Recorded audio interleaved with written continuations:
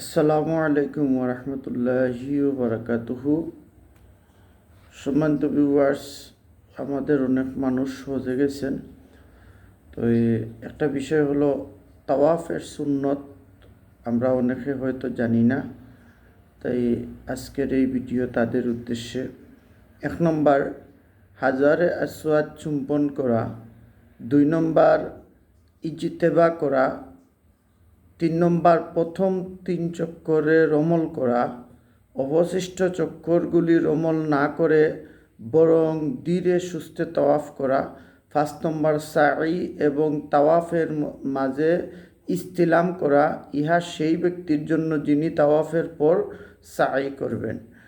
6, হাজারে আসওয়াদের সামনে দাঁড়াইয়া তাকবীর বলার সময় উভয় হাত তাকবীরে তাহরিমার ন্যায় উপরে উঠানো। 7, হাজারে আসওয়াদ হইতে তাওয়াফ আরম্ভ করা। ইহা অধিকাংশের মতে সুন্নত এবং কেহ কেহ ইহাকে ওয়াজিব বলিয়াছেন। 8, তাওয়াফ শুরু করার সময় হাজারে আসওয়াদের দিকে মুখ করা। 9, সকল চক্কর ক্রমাগত বিরতিহীনভাবে সম্পন্ন করা।